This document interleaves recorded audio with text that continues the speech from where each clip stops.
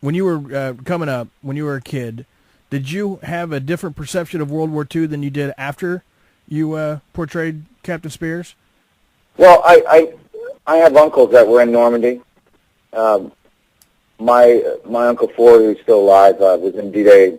He was in the second wave on D-Day on Omaha Beach. And then I have other uncles that were in Anzio, and one that was out in the Pacific Theater. My dad just missed the war because it ended, and so he ended up in the Marines during the Korean War. But he was too young for World War II. But I grew up watching war movies, obviously, with my parents and my uncles, and the whole John Wayne aspect of war movies is, it's heroic, but it's not exactly the way it is, So I think doing Band of Brothers, going online and doing research and reading a lot of stuff, going to the battlefields that I was able to go through, it definitely changed my impression of the war. It went from this idea to kind of a reality of how horrific it can be. And then speaking to veterans afterwards, during our, some of the vets don't feel like heroes. There are points, you can imagine in Bastogne where your feet are freezing, you got trench foot, you don't know when you're going to get your next meal, or you're sick of the MREs, and you've got the screaming memes going over your head, and there's no break in the weather, the cloud. It's everything you can do to keep your head straight. And I can imagine in that scenario, sometimes you might turn into a cowboy soldier and even have a death wish, So I feel like, being around the vets, and have so much respect for them, but I realize that war is a horrific thing, and I'd never really thought of it that way. I thought of it more as a glorious thing, my uncle's a vet. He was honored, and he was a hero, and wanted to be like him, that kind of thing. But so I came out of it with a lot more knowledge about how wars something could be avoided. Yeah, I had an uncle too that was in the second wave in Omaha Beach, tank commander. Really? Rolled up with the big iron. But and he wasn't there for more than about 6 months before a shell took out the top of his tank, and he caught a throat full of shrapnel and was sent to a hospital for a year and a half. They told him that if he ever yelled again, he would lose his voice permanently. So he did the most natural thing that he could do. He came home and became a baseball coach. He's got a little park named after him in the town that he grew up in, Concordia, Kansas. Lyle Walker, and he was one of the greatest baseball coaches out there for the kids. He taught coached Legion ball, and it was the quietest bench you've ever heard because he would coach from the bench, and you could hear him perfectly out in the outfield. He would say your name and then use hand gestures to move the players around. It was awesome. I got the opportunity to play with him for one summer. It was great. Now, did being in the Band of Brothers show change the way you worked on or approached movie roles or your career after that? Well, you can't always do what we did. You don't always have a boot camp to prepare yourself to get you into a character. So, and you can't always work that way. It's important to when you can, but it definitely made me aware of how compelling a role can be for me as an actor when I had the opportunity to do what I call it's like sort of rehearsing the relationships that a character would have. So I guess the way it changed is when I create characters now, I try to fill out the backstory, everything that happens before the script starts, and that kind of informs their belief system, maybe even the way they move, their physical movement.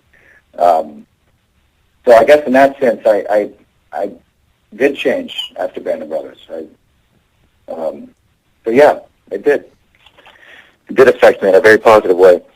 Now, when you were working with Hanks and Spielberg on this, and you were doing all 9 of these episodes, did you think that it was going to be as big as it was, or still is, for that matter?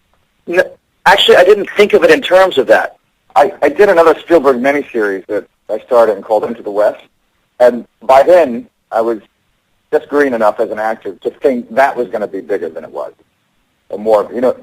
But for Band of Brothers, I was kind of in a good zone. I just didn't think about that. I just thought about the character, and I was just in that zone. Well, I think you're still pretty much in that zone. I'm looking at. Well, I'm back in that zone now. Yeah. Looking at the resume, you didn't have quite a bit of downtime in there. I know that our time here, we're almost at a full hour already. But I got one question to ask you to kind of sum up the interview. How would you sum up the men you portrayed, the real men of Easy Company? Courageous, heroes, brave, ordinary men did extraordinary things, and selfless. They were committed to their task, and I'm so happy I got to portray one of them. For my family, for myself, but it was a real honor. It's the shining star of my career, without a doubt. Always will be. Excellent. That's a great answer. Perfect. Now, you're currently working on this little TV show. Apparently, it's kind of big. How's Gossip Girl treating you? It's great. It's really big overseas. It's funny. I live in the Central Park South area, so I'm kind of inundated with tourists from time to time, and the reactions and to the show from such a wide array of people it's interesting. But it's been very good to me. It's a great schedule. I get to live and work in New York City. I'm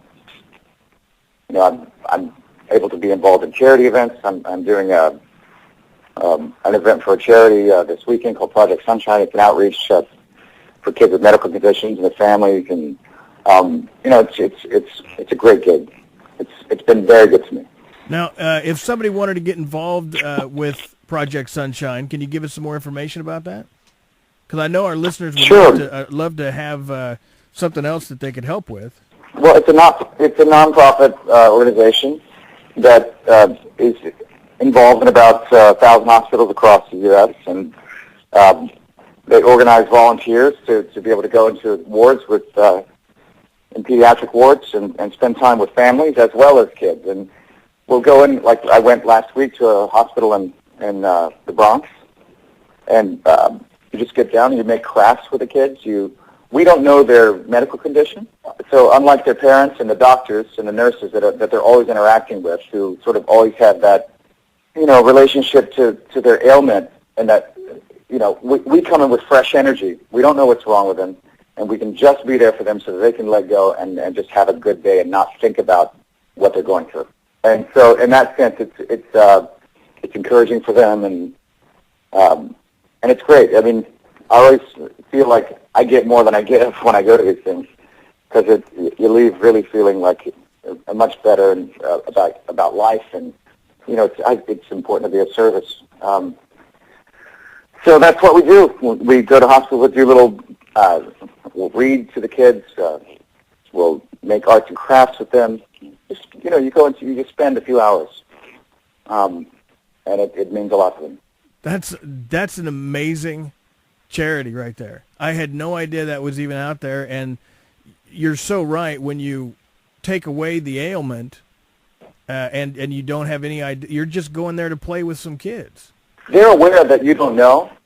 I think they're aware that you don't know what they have, and that helps them too, because then they can sort of for a second escape what they have, escape their condition, and pretend even that they don't have it. So it's a brilliant idea. I can only imagine that. I can only imagine it makes it for a much more relaxed environment when you don't sit there and talk about whatever's ailing them. You just come in and you do fun stuff.